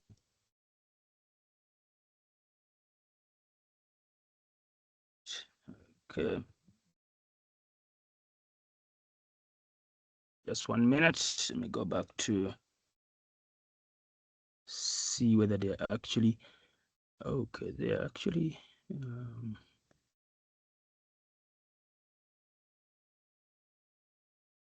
Are you able to see my slides? No, we are not able to see your slides. Maybe I can share. Please no, I cannot see your slides. I can share your slide. Let me share from my side, maybe, so that it's don't spend a lot of time. I hope you can see my slide.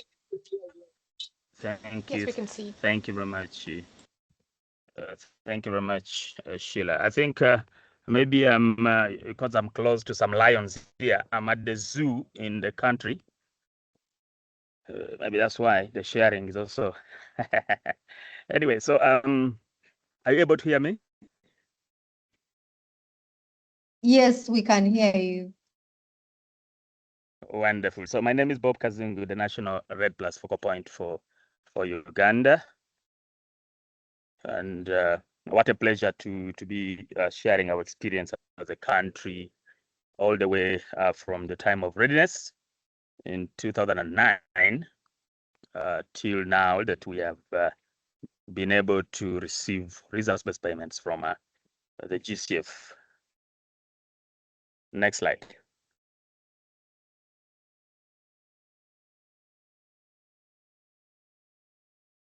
So, and also I think my life has been made easier because the presentations from the previous speakers on what REDD Plus is and how it is phased, and what are the requirements, what are the expectations from the WOSO framework for REDD Plus that are relevant for a country to be called ready, for REDD Plus resource-based payments has been deliberated on. So it will not change much. Maybe just to let you know that Uganda went through the readiness phase from 2009 all the way to, I can say 2021, because we had some improvements to make on our national REDD Plus strategy, which we had launched in 2018, 2019 thereabout. And we received some additional financing to make improvements to the strategy, which we concluded in 2021 and shared with the REDD Plus Lima Hub. So we have all the other elements. We have a FREL that was submitted in 2018, of course, subjected to a technical assessment by the experts of the UNFCCC. We have a safeguard information system. At the time we did an architecture, we later on improved it with a web page with support from the UN REDD program from 2021, 2022. And currently we are making it fully functional, web-based, in the sense that we're able to share information from all the stakeholders who have safeguards information. We have a national forest monitoring system that is hosted at the Ministry of Water and Environment. And there have been, during the stakeholder engagement structures, like what we famously call the participatory structures, were delivered, they're available. Our partners, the non-state actors and other carbon involvement project partners have been utilizing those structures for engaging stakeholders. We have an institutional coordination framework for REDD Plus, which has task forces, technical committees, and an advisory committee, National Climate Change Advisory Committee, which also doubles as a steering committee. So those are all in place that we developed during the readiness phase.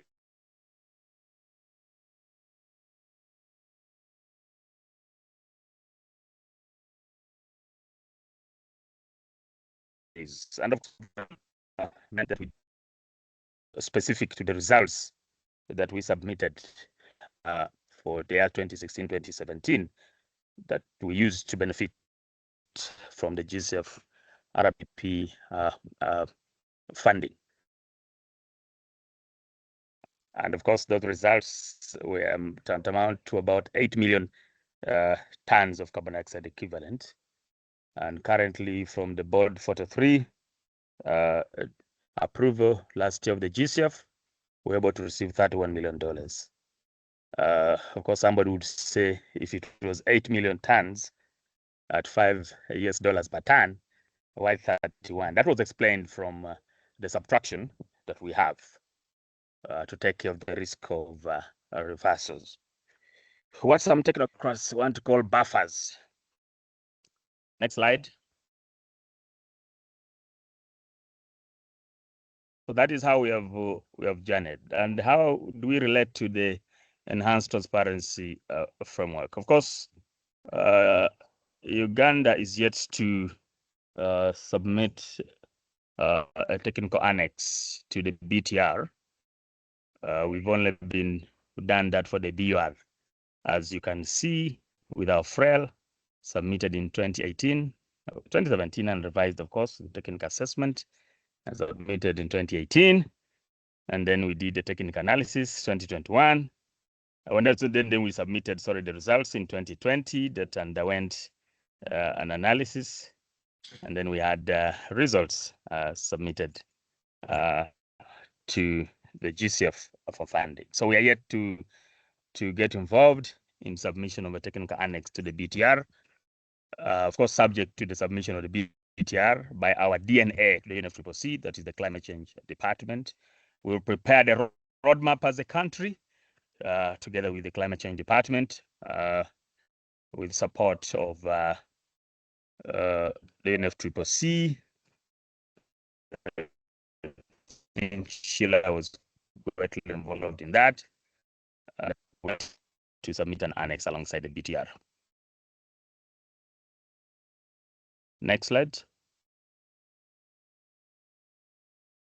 So the scope of the FREL and that we did was a national scale, and the activity was only deforestation.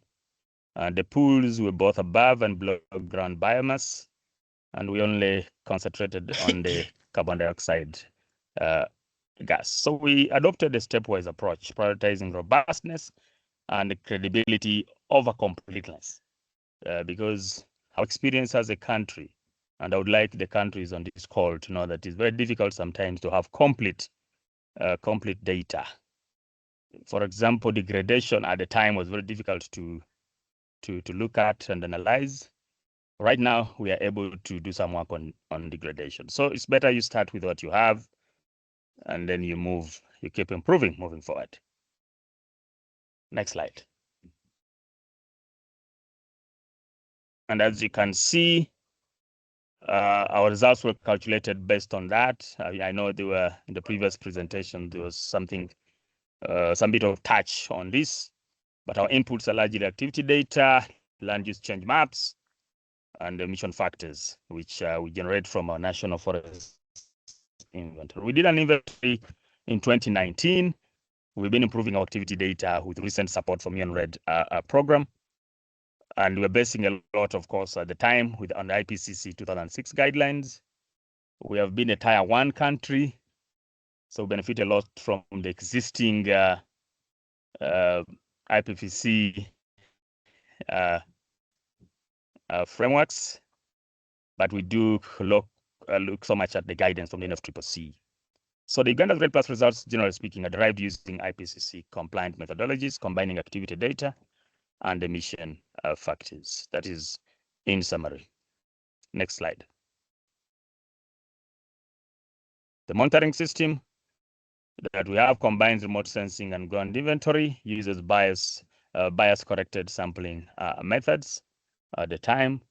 Right now, we have sample-based, sample area-based estimations, which is an approach we are trying to use. Seemingly gives better data, activity data, than the bias-corrected sampling method. But at the time, we use the bias-corrected sampling methods. It provides the national level estimates with uncertainty quantifications. But generally speaking, a robust national forest monitoring system is a backbone of REDD+ reporting. It enables generation of credible and verifiable results. So a functional NFMS is critical. I know as countries, my experience is that you need to keep improving it. You need to be able to sustain it. You need to be able to have somebody who manages the National Forest Monitoring System. So it's more than just setting up the National Forest Monitoring System. You have got to have people who can manage it. You have got to have where to archive your data alongside the system. You have got to have expertise in data analysis. Generally speaking, you must institutionalize the National Forest Monitoring System. And that institutionalization was also delivered with additional funding from FCPF of the World Bank, with the technical assistance from the United Nations Food and Agriculture Organization. We keep talking about uncertainty. As you can see, our aggregate uncertainty is approximately 49%. We managed it through sampling design, error propagation, which is an IPCC approach, and bias correction. But while during reporting, uncertainty was found to be at 49%. This was within acceptable ranges for national forest monitoring systems in developing countries. But you know, that is an issue, an area that requires a lot more work on capacity building. And I request the partners here that that's an area in Africa, in the Anglophone, that we need to focus on if we are to have data that is more authentic, more reliable, and appreciated by those who assess our data. Next slide. So uncertainty is a key element as we look at the ETF. We, of course, had to look at key inconsistencies. There are issues of differences in classifications. We have about 13 classifications for forestry, but there are some elements, the woodland conversion to plantation, for example, which the FREL calls it degradation. but results call it deforestation. So these are some of the inconsistencies that were identified, and but were considered non-material to overall results. There are also mapping inconsistencies. Water bodies included in FREL, excluded in results. So those are some of the issues that we notice when you, and of course, as we are doing the ETF with all these transparency requirements, we need to be able to look at these inconsistencies and be able to explain them as you have a conversation with the experts for technical assessment. Next slide.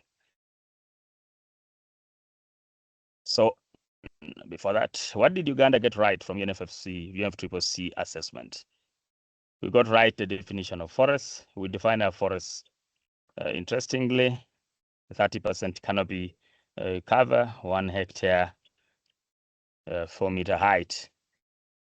And we've been discussing in the country as REDD Plus and as forestry generally, as whether this definition of forest needs to be revised, and there are pros and cons for doing that. So as countries, because as you remember from the previous presentation, a definition of a forest is a key ingredient in the computations for you to compute the results that you have. So you need to be careful how you define a forest.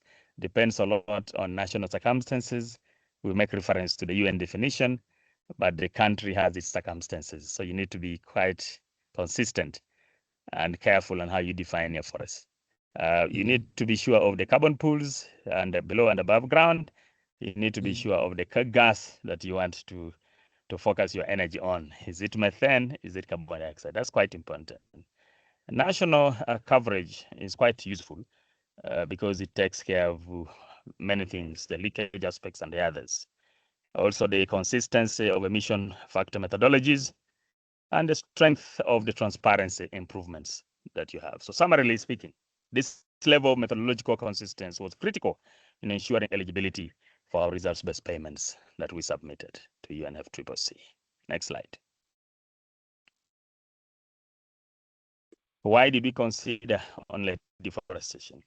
Because that might be a question to be asked on this call. Other REDD Plus activities were excluded due to lack of, generally speaking, robust data, high uncertainty risks that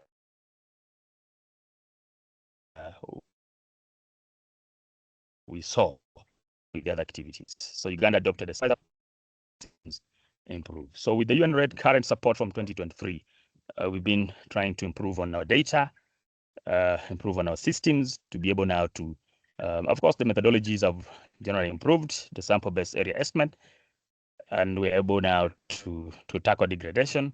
We're able to even include removals with, of course, its complexities that the experts on this call know.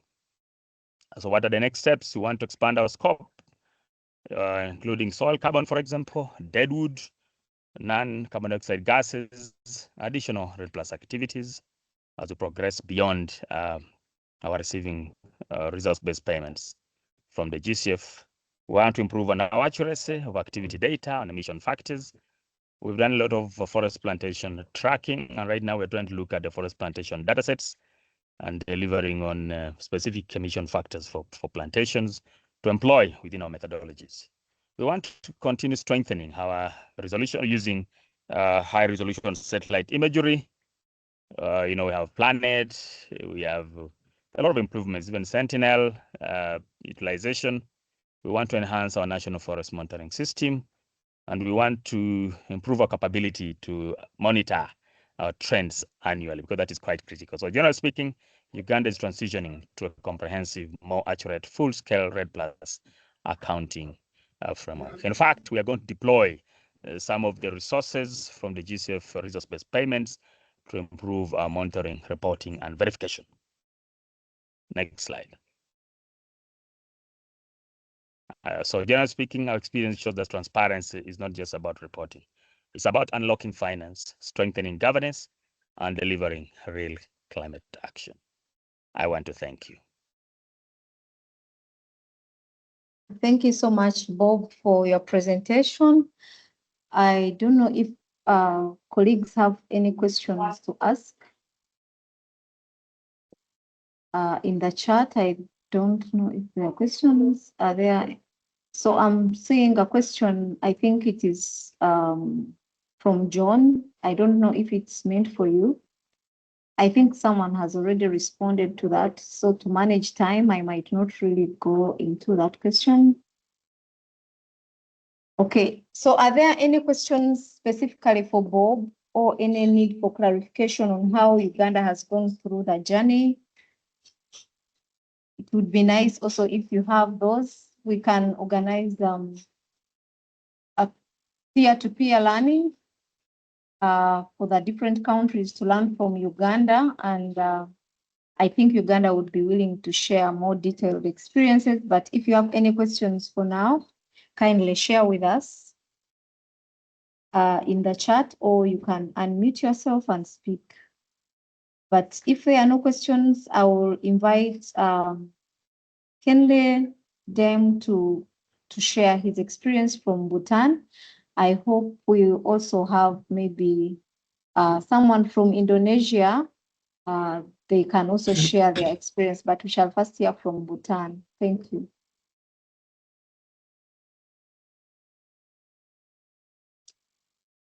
Yes, we can see your presentation, but maybe put in the full presentation mode.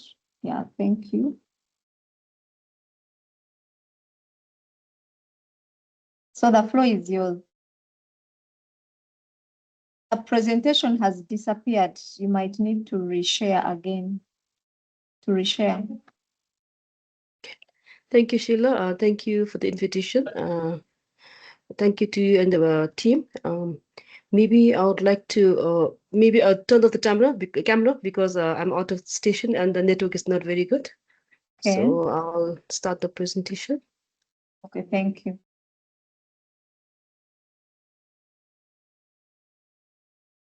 So is it visible now? Yes, we can see the presentation now. Thank you.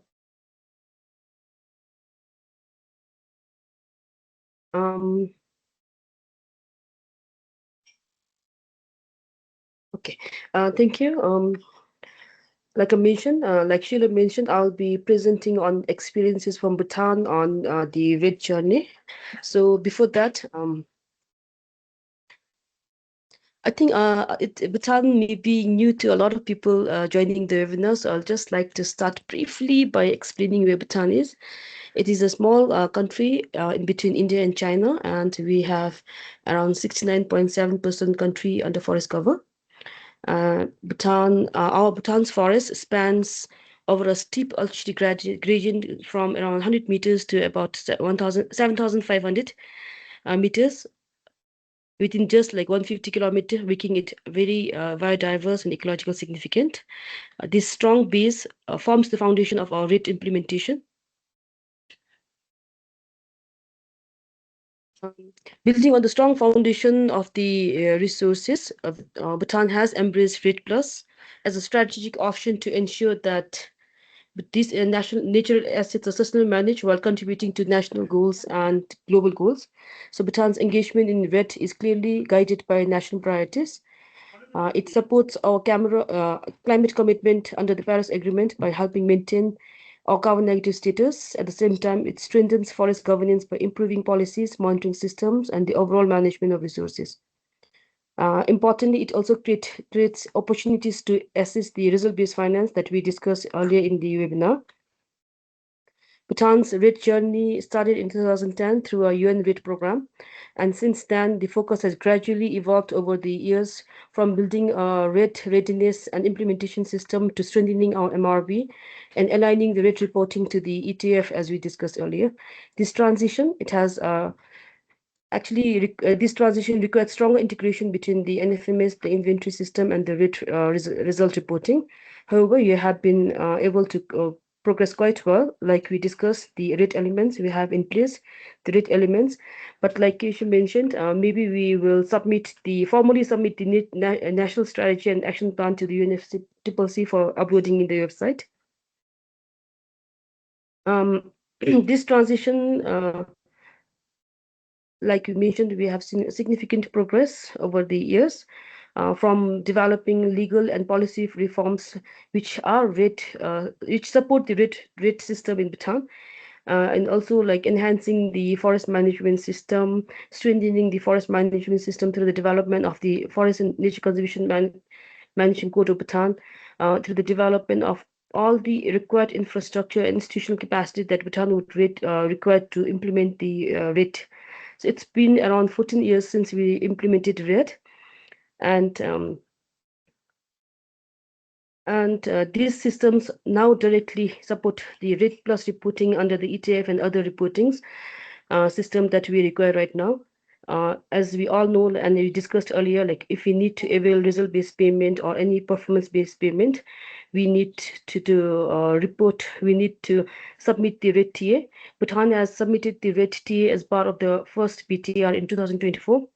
And since then, we have completed the in-country technical analysis and in October 2025. After that, we submitted the modified submission, and we are still waiting for the TA report, after which we would be looking for result-based payment.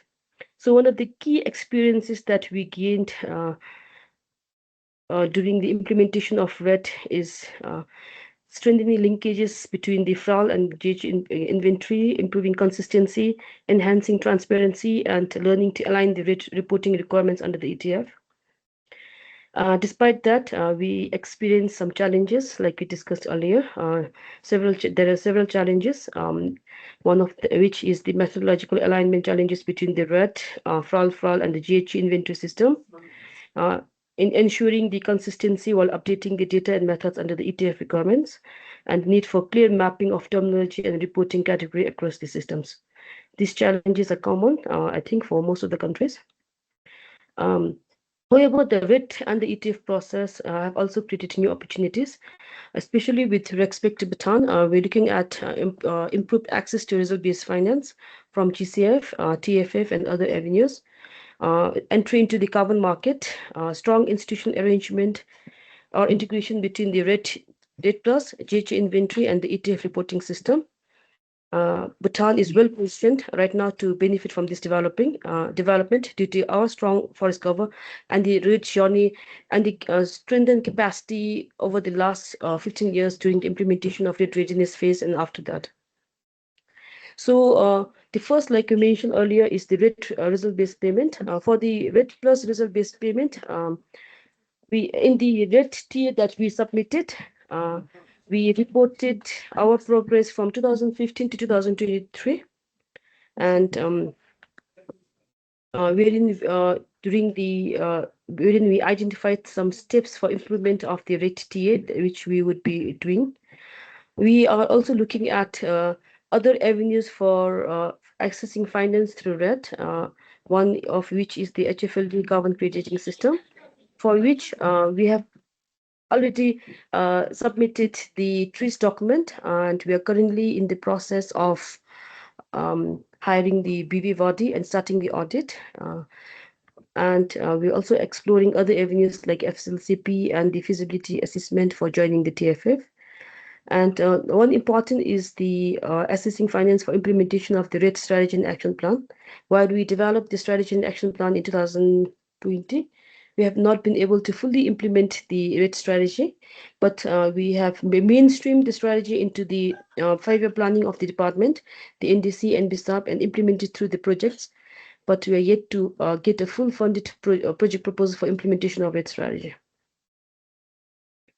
Another thing is the strengthening the DMRV. As we all know, robust measurement, reporting, and verification system are important for REDD.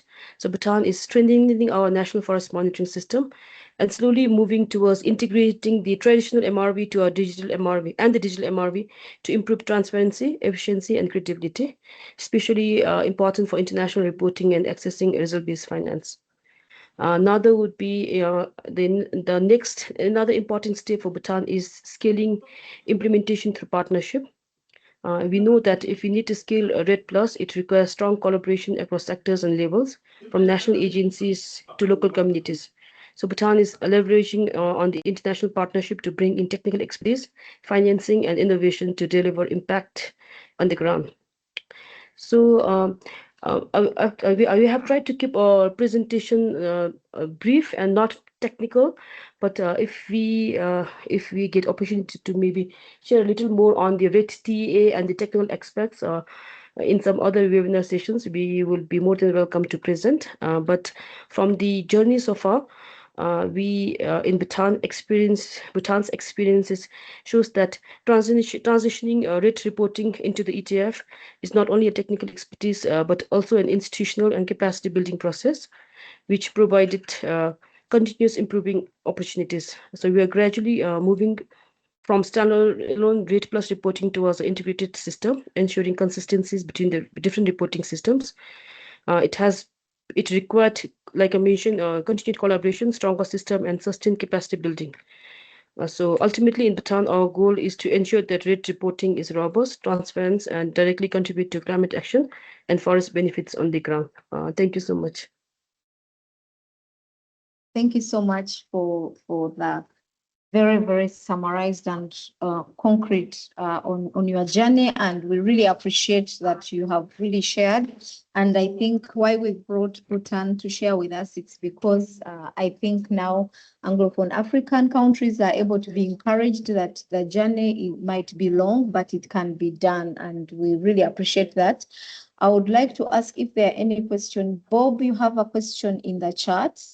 If there are any other questions, please, I can see another question, so maybe let me read the two questions before we can go to our last part.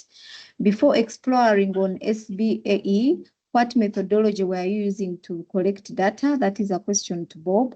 Then someone from ISA is asking how much the carbon equivalent tons of carbon equivalents contributed in Bhutan in the recent NDC, and how will this be tracked in your BTR or in your NDC? Yeah, thank you. So those are the two questions. I think one is for Bhutan, another one is for Bob. Thank you. For Bhutan, it's around 13 million tons, and we would be tracking it through the GHG inventory tracking, really safe tracking, where you do for the BTR and other reporting systems. Thank you, Bob. Your question? Hello, can you just help me just repeat, because I shut down the first budget, and you know, and then as I exit this zoo here, but it's all right. Yeah, it is fine. The question is, before exploring on the SBAE, what methodology were you using to collect the data? We're largely using sampling, and then we correct using the bias bias element. So we remove all the biases from the sampling that we have done. So it's not the use of a Centrion, for example. So we look at the entire area, and then we remove biases based on some assumptions. So that was the methodology. So it was basically sampling, but the bias, it wasn't area, sample-based area estimate, because for which we are now using Centrion, the middle point, rather than the entire plot. Okay, thank you so much. And still Isa is asking a question to you, I think, Bob, that and what are the carbon equivalents committed by REDD Plus activities in the NDC? Maybe if you have that information, you can share with him.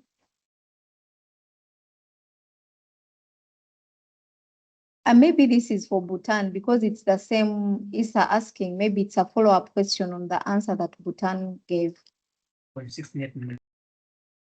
It's around 8.6 million tons net removal. Okay, yes, I think Musa, you have got the answer. So if you can allow me, we are just getting over the time, and I don't like to get over the time because I really appreciate how you set this time forward. So I would like to just share the Mentimeter for our last session on getting the feedback from you about this webinar. And I will still request you to to go to your www.menti.com and go to and put in the code that is 36023144. And as you do that, I would like to really appreciate the different institutions that have been able to participate in this webinar. It was extremely informative and encouraging countries that will participate in the REDD+ process. And I think we have really achieved our objective, because most of this information is helping countries to build more momentum and reflect on how they can participate in the REDD+ process, and also go up to the level of reporting on REDD+. So kindly scan the QR code or go to www.menti.com and give us your feedback about this Menti. Your feedback is extremely helpful to get us organize better events such as this. So when we get your feedback, it helps us to improve on how we organize such events. So I can see we have only 3 people. So I will maybe stay on this page a little more to get your feedback, to allow you to scan the QR code, but also to go to www.menti.com and put in the code 36023144. And if you still have any questions, we shall capture those questions in the chat and maybe send them to the relevant technical support and partner institutions. But you can also reach out to us and we organize peer-to-peer learning sessions with the specific countries to get more understanding on the specific elements. But I would request that you really join this Menti. It's very important to us to improve on how we are organizing such events. So the first question is, to what extent did the webinar improve your understanding of the Warsaw framework for REDD+ and its key elements? I can see most of you are saying moderately improved, very improved, and significantly improved. We have only 5 people. Also, our results will be very difficult to compare, since we were 30 people in a meeting and we are getting only 5 people to respond. So it will be very difficult to get a clear representation from the webinar. So it would be nice that you join the Menti, and so that we get more representation, so that we can have our results representation of the whole meeting. I will still share this Menti feedback link to all of you, maybe if you have already got out of the meeting, so that you are able to give us this feedback.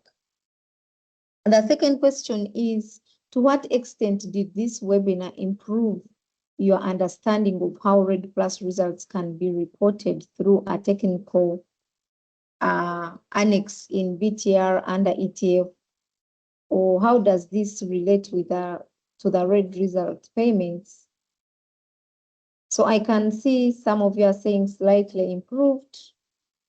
How has it improved your understanding of REDD results? So others are saying moderately, and one of you is saying significantly improved. But I will still share this so that we can get a good representation to compare these results that we are getting from 4 out of 7 people at the moment. So it would be nice. You can scan the code that is here using your phone, or even go to www.menti.com and you give us your views to improve on how we organize these sessions. We really appreciate. Then how relevant was this webinar for your work? I can see most of you are saying extremely relevant, very relevant. Now we have only 4 out of 10. We really appreciate that you have been able to join. We don't take your time for granted. And then I will maybe do next, but I would really request that all of you have been able to join the Menti, are able to join to answer all the questions. How relevant was this webinar for your work? It is extremely important for us to know. And also, how satisfied are you with this session? I can see most of you are saying very satisfied. Yes, your satisfaction rate is extremely important for us to know how we can change the approach, improve the content, and also the method of of engaging you and building capacity in Anglophone Africa. So we really appreciate your feedback on that. And what are the other topics that you would be interested in? Introduction to REDD+, to non-forest professionals. Please share the recording and presentation. Yes, all our recordings for our webinars are always shared on our platform, but also I will share an email. And then new GCF funding window. So you would want to understand more about the new GCF funding window, carbon market standards available. Yeah, we can organize some of these sessions. Understanding GCF funding. I can feel that Mark is here and he's hearing what Anglophone Africa would want to learn. And I hope we can engage him to get Anglophone Africa to that. Then, so thank you so much for joining. And thank you so much for joining. Someone wants to learn on the art trees requirements to understand carbon trade, ER calculations, including uncertainty. We shall engage the different pattern organizations that are more proficiency in this to organize these technical specific areas. So I would like to take this opportunity to once again thank you, and you can just put your videos and say bye-bye to each one of us. And let me see if there's anything that is burning in the chat that I need to communicate. Okay, there's really nothing. I can see some emails are being shared. Make sure that you pick that email and you don't lose it, because when we get out of the chat, you might lose it. So thank you so much for participating. The UNFCCC Secretariat and the GCF, we really appreciate. FAO, we appreciate that you are here. Bhutan, this is a different region, but you are able to make it. We really appreciate your presence. And all the other countries, Uganda that shared, and all the Anglophone Africa countries that participated, we appreciate. So I would like to end it here, and bye-bye for now. Bye-bye, everyone. Thank Thank you. you. Bye. Thank you. Bye-bye.